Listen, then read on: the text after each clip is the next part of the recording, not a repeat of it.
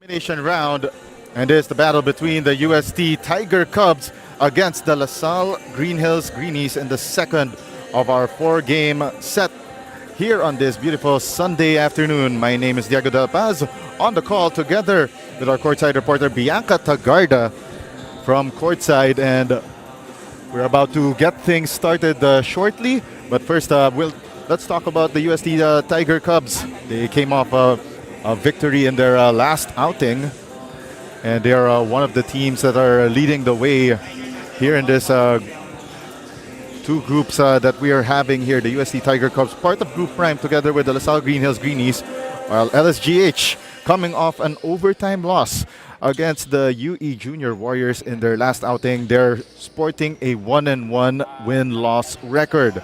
And now, to get things started, right now on your screens, the Lsgh Greenies, led of course by head coach Ren Ritualo. 1-1 record as they start their campaign here in the Pinoyliga Juniors Cup. And now let's go to our Coliseum announcer for the introduction of the starting fives. Good afternoon, ladies and gentlemen. Welcome here at the ENDERAN contest sitting up today. We are live from our official Facebook page and our official YouTube channel, Pinoyliga, featuring the battle between your University of Southern Tiger Cubs versus your Lsgh Greenies.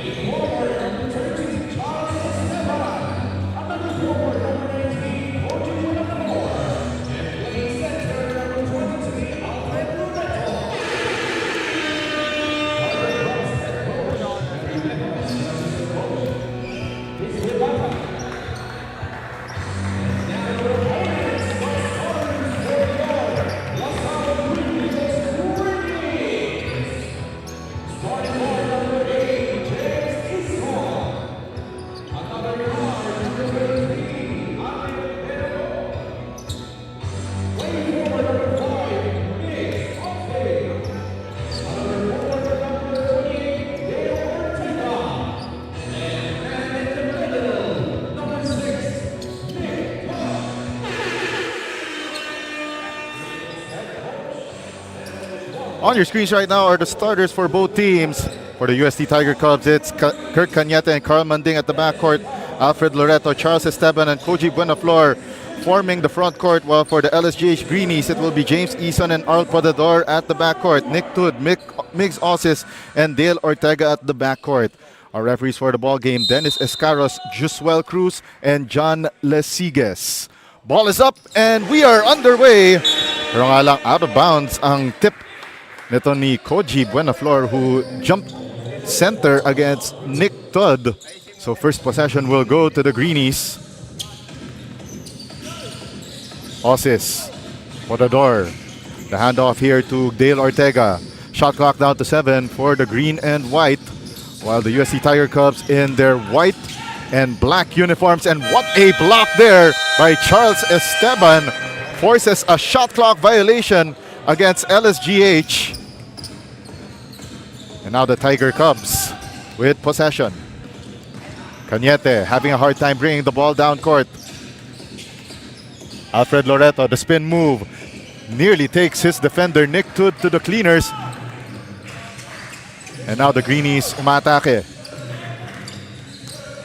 Eason, drive to the basket, gets the hoop, the harm, the three-point play the hard way.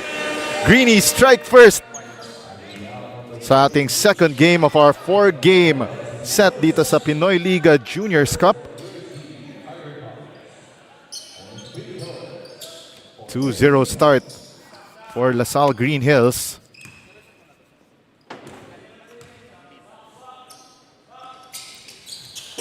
Isan makes the bonus. 3-0 start para sa Lsgh Greenhills.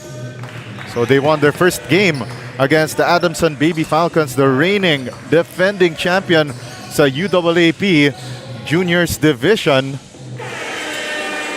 Pero they faced a brick wall against the UE Junior Warriors in their second assignment, which went into overtime. Ossis for 3, no go. And the ball tapped out of bounds by Alfred Loreto. 14 seconds on the shot clock para sa Lsgh Greenhills. Podador finds Isan. Isan trying to lose his defenders. The kick out pass to Podador. And now, great drive baseline para kay Isan, missing that layup. Masyado lang siya malalim sa basket, and Carl Manding springs free for the first 2 of the ball game para sa Tiger Cubs. 8.5 remaining sa ating first quarter. Ortega. Bigay kay Isan.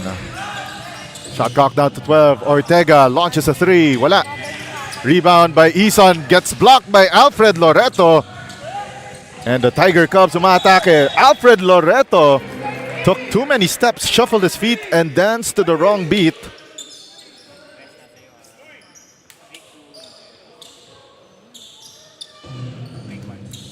So in the last outing ng UST Tiger Cubs, I believe they won against their opponents, the San Sebastian Golden Staglets, 102-85, and a 3-ball by Arl Podador. 1, 2, 3. 2-point lead para dito sa Lsgh Greenhills, 6-4. Manding, show and go. And he gets fouled on the way to the cup. 2 free throws on the way for Manding, the native of Cebu City, taking his wares to Espanya. And nakasungkit siya ng foul kontra dito kay Nick Tud. Manding with a chance to tie up this ball game with these 2 free throws, and makes the first. 6-5 ang ating score.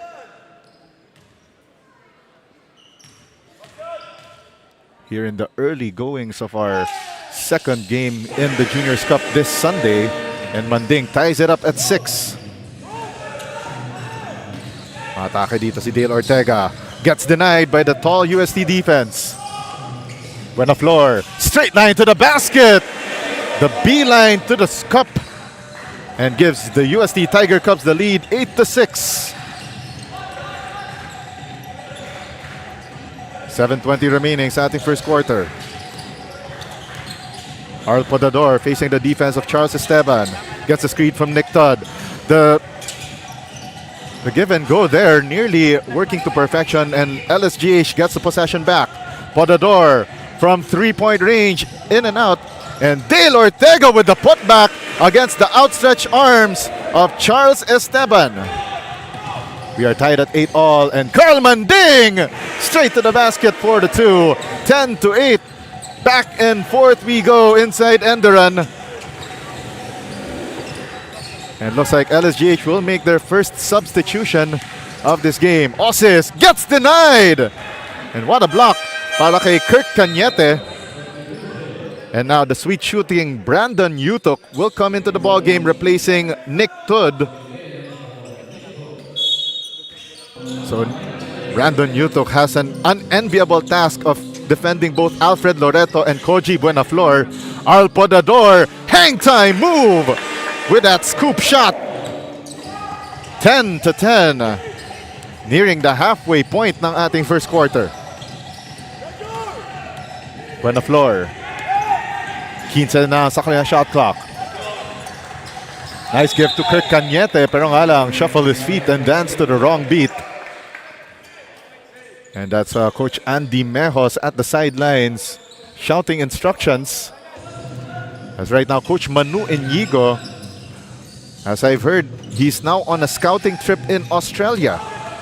And what a steal by Charles Esteban, reading the passing lane, and Esteban gets fouled on the way to the hole.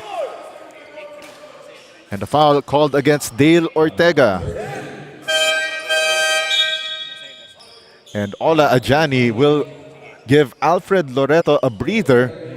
So Ola Ajani, the 18-year-old, 6'8" tall guy from Nigeria, one of the two foreign student athletes para dito sa UST Tiger Cubs. Their other one being Racine Kane, their Senegalese 6'5", one-and-done player. Sabi sa akin kanina ni Coach Andy na pinapahinga lang daw nila si Racine para mapalakas niya yung kanyang quad muscles na medyo may may konting kahinaan daw. Perfect opportunity here for Ola Ajani to get his reps. But back to the ball game, and the three missed there by Brandon Yutok. Matake ang Tiger Cubs. The spin move, Kirk Cañete! Wow! With an English on that shot. And a 4-point advantage for UST. 17 on the shot clock. Osis kicks it to the corner. 3-ball missed by James Eason. Manding. Matake against Podador. Oh, and what a move by Manding. But Arl Podador with a business decision. Okay, check that. That's actually Dale Ortega got caught reaching in. Migs Osis will take a breather sa LSGH bench, replaced by Gillian Quines, one of the top guys para dito sa Greenies. Cañete steps into a three. Bang! Bang! Boom! Pero sabi ng referees, that was actually a long two. 16-10 ang ating count. Eason kicks it out to Podador. 12 on the shot clock. They kick it to the corner. Dale Ortega. And that one rims out. Fresh 14 on the shot clock for the Greenies. The floater there by Quines, no good. And Ola Ajani corrals that rebound. 17 on the shot clock para sa Tiger Cubs.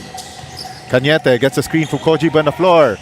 Cañete was able to find that seam and scoring para dito sa UST Tiger Cubs. 18-10 ang ating score. And UST slowly pulling away here in the first quarter.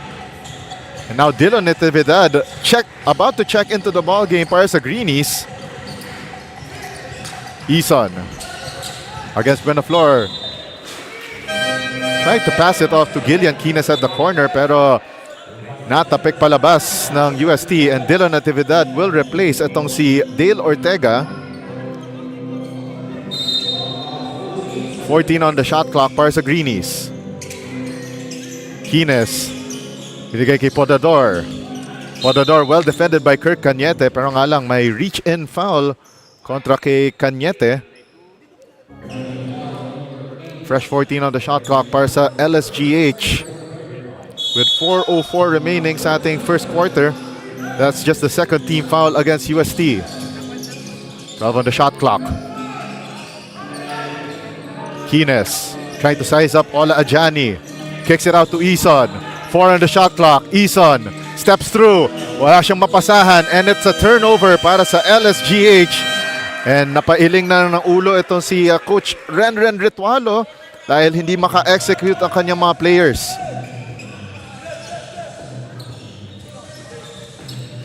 And quickly they recall ito si Seb Peralta from the bench.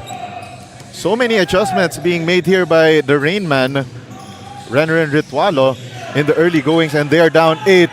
And Koji Buenaflor, iron deficient ang kanyang 3-point attempt. And ngayon tumatapo ang LSGH. Quines against Buenaflor.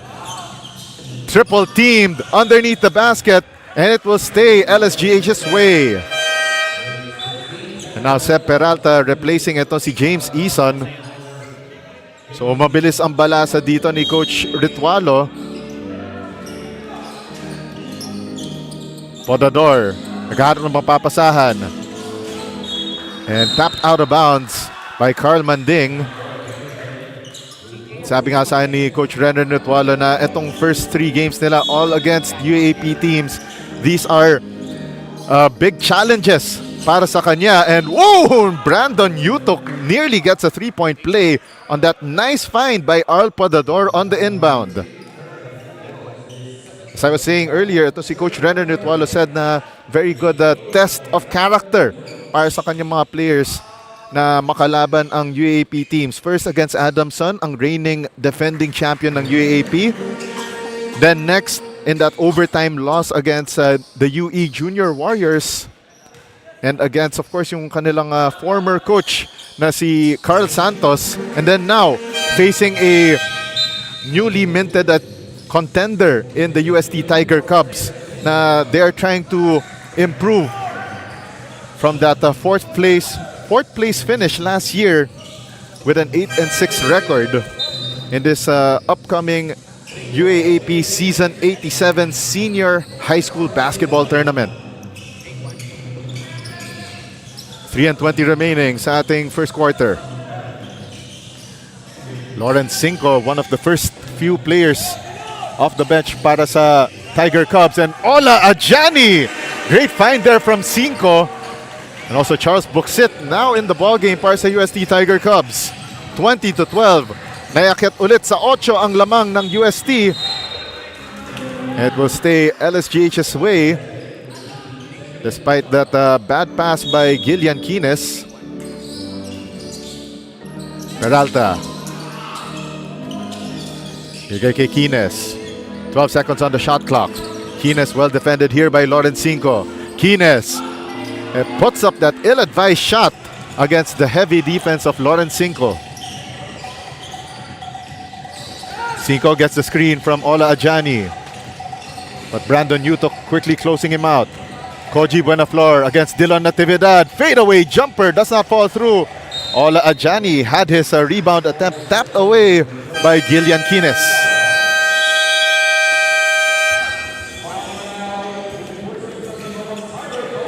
And the UST Tiger Cubs call for time, leading by 8, 20-12. Magbabalik ang Pinoyliga Juniors Cup.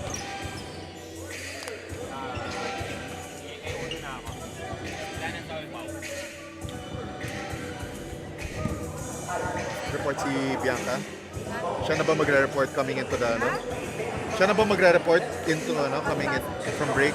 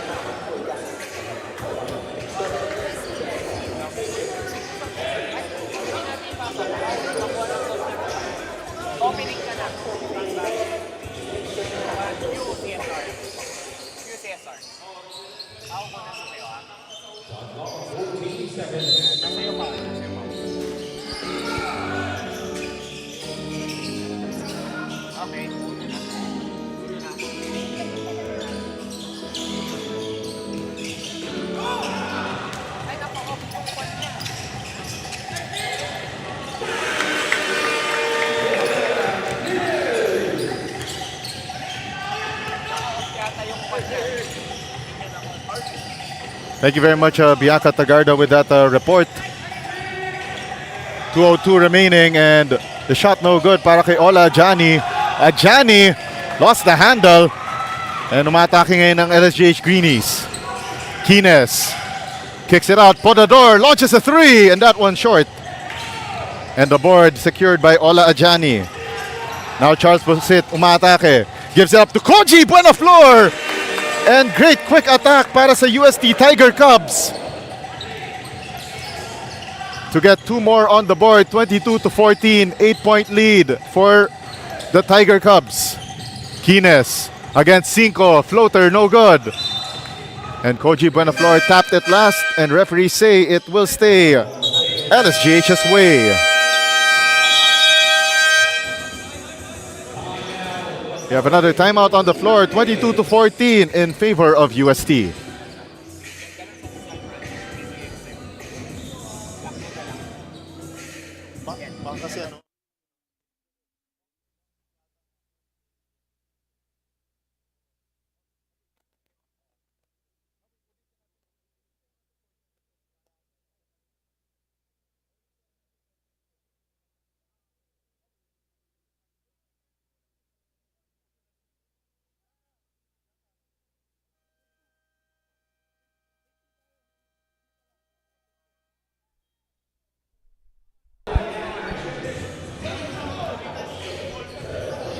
UST Tiger Cubs head coach Andy Mejos emphasizes that consistent defense with a little bit of confidence is key to their dominating win against Baste last match.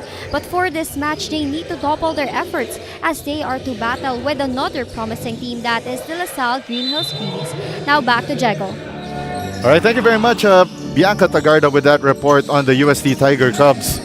And you see Coach Andy Mejos will have to do a lot of duties here para sa Tiger Cubs, especially itong si Coach Manu Inigo is out on a scouting trip in Australia. A minute and 8 remaining sa ating first quarter, and so far so good for the UST Tiger Cubs. Carson Vidanes checking into the ball game for the first time for UST from that timeout, and we have a foul on the floor against LSGH, and that is on Dillon Natividad.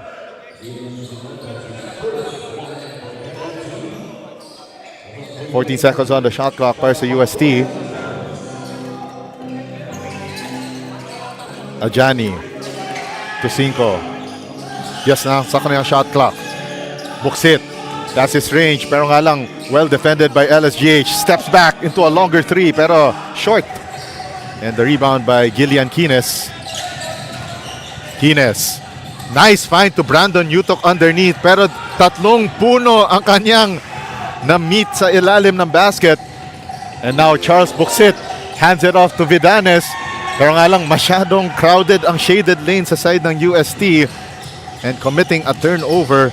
20 seconds remaining sa period, and Brandon Yutok, check that's Gillian Quines, was able to fish for a foul sa kanyang hang time move.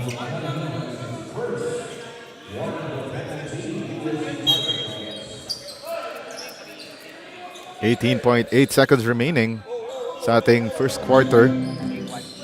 It will be 2 shots for Gillian Quines.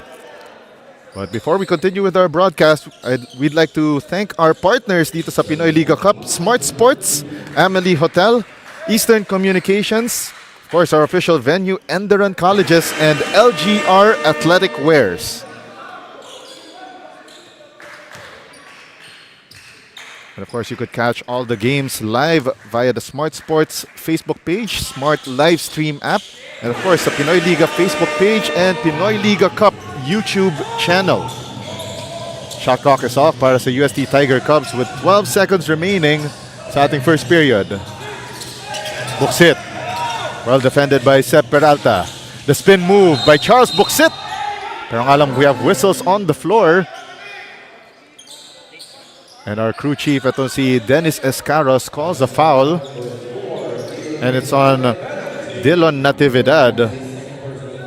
Second personal foul on Dillon Natividad, sending itong si Charles Buksit to the 4.5-meter line.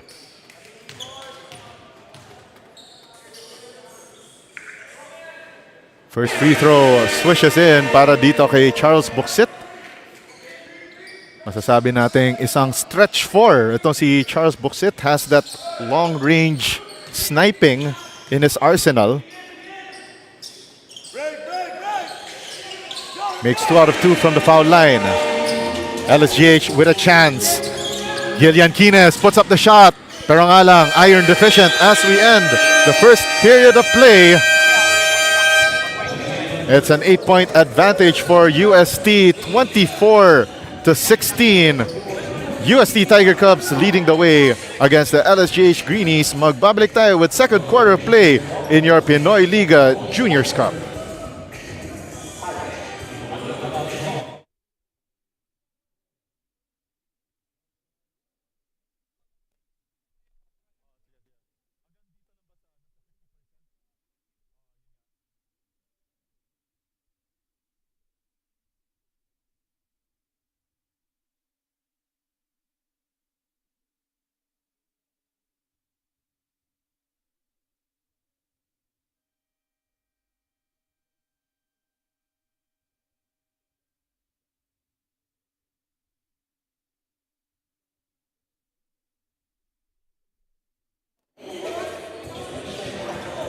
Nagbabalik tayo sa loob ng ENDERAN Colleges Gymnasium in Bonifacio Global City, Taguig City, as we bring you the second game of our 4-game set here in your Pinoyliga Juniors Cup Sunday Special. My name is Diego Del Paz from Courtside, together with our Courtside reporter Bianca Tagarda, calling you the action as it happens.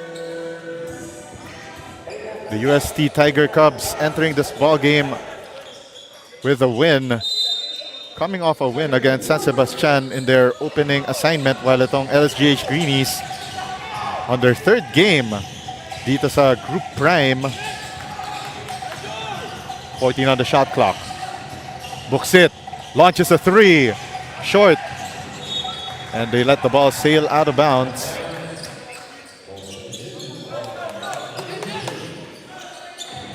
So far it's been balanced scoring for UST, and they're able to run the fast break, especially in kanilang big men. 15 on the shot clock. Ison hands it off. Quines, three ball launched pero doesn't connect. And the scramble for the loose ball goes to the hands of Yutok with a 14-second shot clock para sa LSGH. Peralta to Ison. Ison, the floater, no good. Pero nga lang, the putback is good para kay Seb Peralta. Great nose for that basketball. 24-18, Buksit with the no-look pass. Gave it to Jude Javier. Buksit gets the ball back.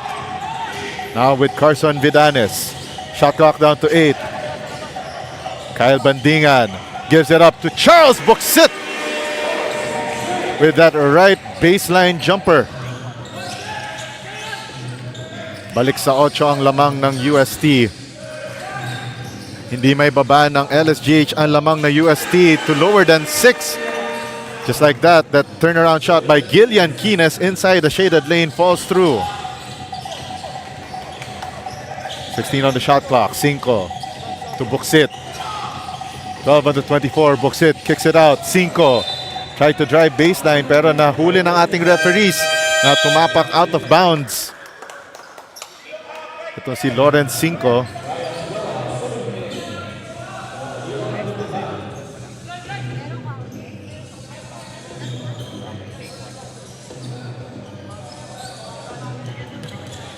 Eight and 17 remaining sa ating quarter number 2.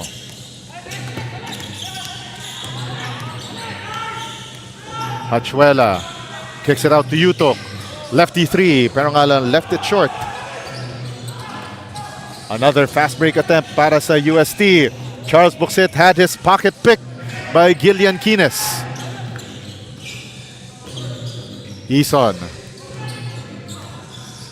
14 on the shot clock. Ison driving circles around UST.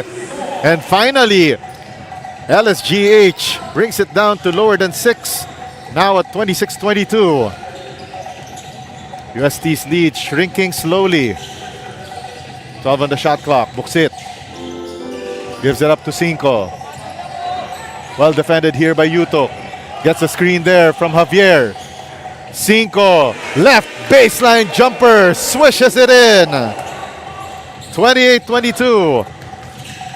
Ryan Hachuela tried to do a sidestep but blocked from the help side by Sean Bohol. Where it goes out of bounds off of LSGH.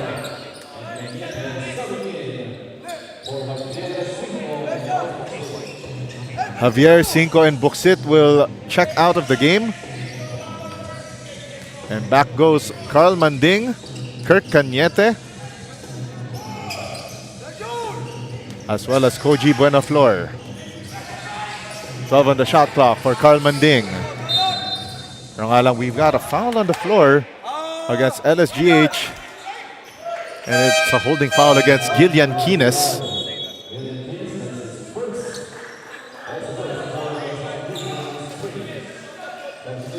A shade under 7 minutes remaining before we hit the halftime break.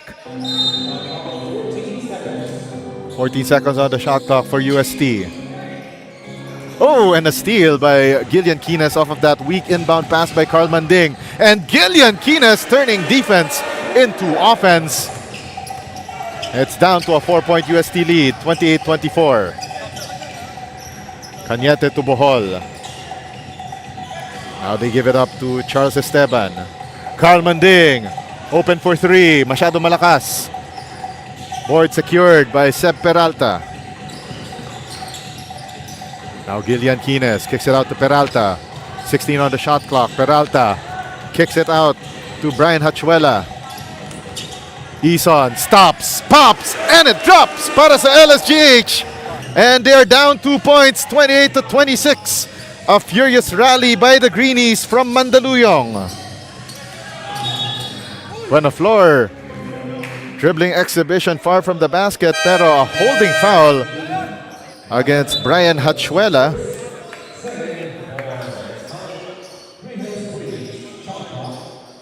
The 6'1" big man from Santa Lucia, Ilocos Sur, tagged with that foul. Manding having a hard time inbounding. Gave it up to Kirk Cañete. 12 on the shot clock. Sean Bohol, long two, in and out. And the rebound by Charles Esteban rather. Stolen away by Gillian Quines. Quines stops and pops for three. Bang! Bang! Boom! And LSGH in the lead for the first time in this match. 29-28. And an offensive foul called against Carl Manding in the ensuing play. Check that, that's actually against Kirk Cañete. And LSGH up 1 point, 29 to 28, halfway through sa ating second period. Let's see if the Greenies can sustain this rally. Quines, they go inside.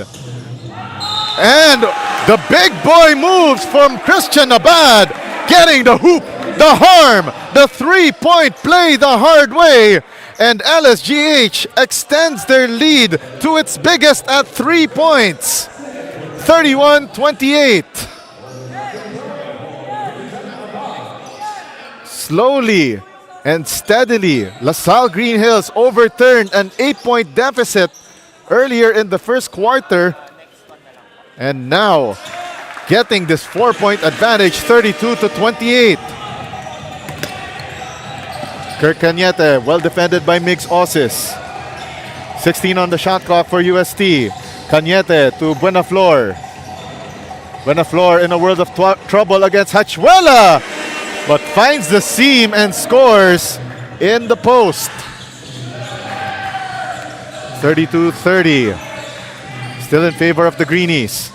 Ison, oh, what a block by Carl Manding! Not in his house.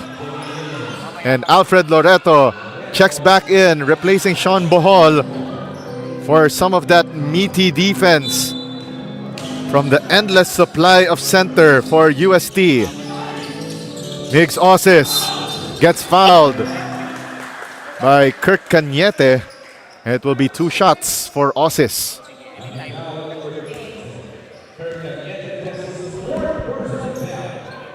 And now let's go to the second member of our panel, Bianca Tagarda, for this report on the LaSalle Green Hills Greenies. Bianca? Yes, Jago, again with his mantra of consistent basketball, Greenies head coach Renren Ritualo states that there is no key players in LaSalle Green Hills as everybody has a role to fulfill. But upon struggling to keep up earlier, but now they're leading by 2, the Greenies have learned to regroup during the huddle. Jago?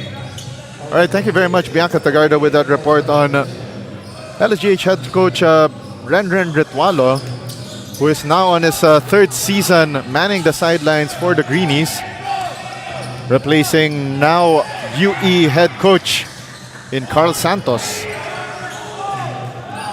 10 seconds on the shot clock for the UST Tiger Cubs. Manding.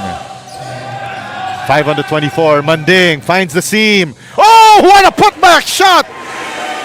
Para dito kay Koji Buenaflor. Great anticipation and putback trims this UST deficit to 2. Ison, shovel pass to Quines. 12 on the shot clock, and LaSalle Green Hills wasting a little bit of clock here. Quines lost the handle. 2 seconds on the shot clock. Quines needs to put it up. And that one off to the left, and it's a shot clock violation against LSGH.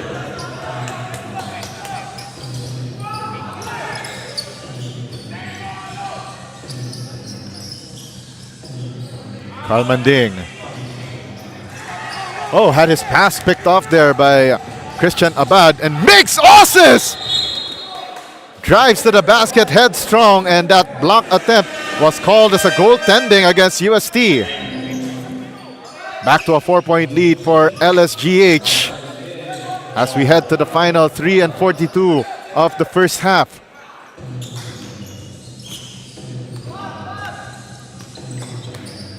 Buksit crosses the timeline. 15 seconds on the shot clock. Buksit takes a three. Short. And the board secured there by Alfred Loreto by his lonesome.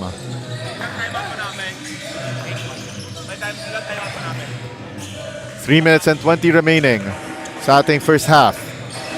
Abad gives it to Migs Osis. Shot clock down to 10. Three ball launched but doesn't connect para kay Gillian Quines. And the rebound here by Charles Buksit, having a hard time against James Eason. Crossing the timeline and a steal by Earl Ponador. Ponador straight line to the basket. Defense turning into offense. It's back to a 4-point LaSalle Green Hills lead. 2:45 remaining. Koji Buenaflor attacking and gets fouled on the way to the hole. And it will be a continuation play para sa UST Tiger Cubs.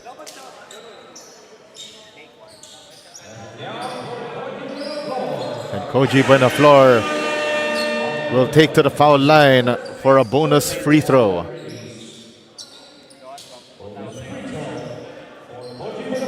Buenaflor too strong, too long para sa defense ng LSGH. And Buenaflor hits the bonus. UST down one here, 38-37. Shot clock down to 15. Quines. Heavily guarded here by Carl Manding. James Eason gets the elevator screen from his two big men. Eason kicks it out to the corner. And a 3-second violation called first against Christian Abad before that shot by Gillian Quines was launched. 2 minutes and 10 remaining sa ating second period. Buksit gets the screen there from Koji Buenaflor. 12 on the shot clock. Oh, and that pass picked away by the LaSalle Green Hills defense. Podador, Osis, extra pass. Gillian Quines with that smooth one-handed floater from the left baseline. Pero nga lang, we have a foul against the Lsgh Greenies on the ensuing play. And Gillian Quines tagged with a second personal foul. A minute and 46 remaining sa ating second period.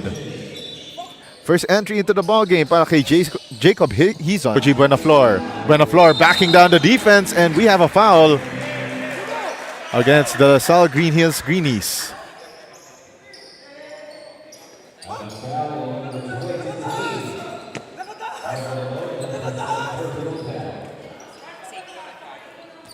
A minute and 42 remaining sa ating second quarter.